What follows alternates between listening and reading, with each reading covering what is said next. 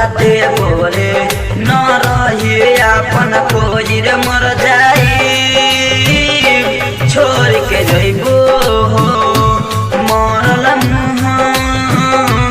हमर पैबो हो रे मर जाई छोड़ के जइबो हो मरल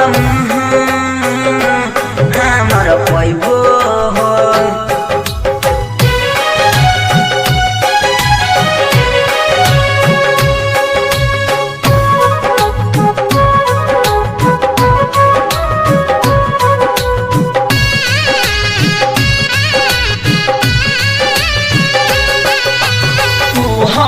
बचपन के प्यार हो तू हो जीवन हो आस तोहर बन बदुला तू हमर दुल्हन हो।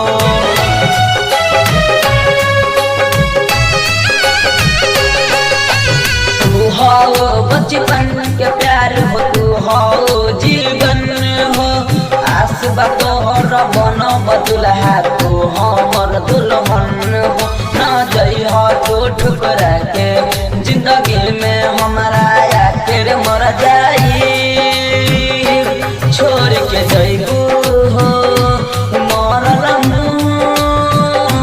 हमर पैबू हो रे मर जाई छोड़ के जइबू हो मरल हमर पैबू हो।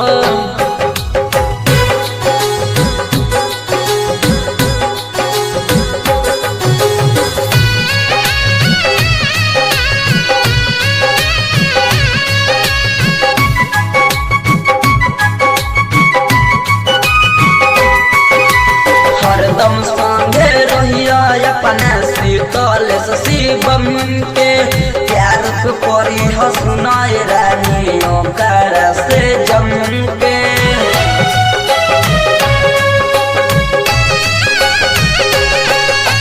हरदम संगे रहिया अपना शीतल शिवम के प्यार तो करी हो सुनाए रानी ओकर से जम के। न सहे पाए जानू हो तोरे जुदाई रे मर जाई छोड़ के जइबू हो मरल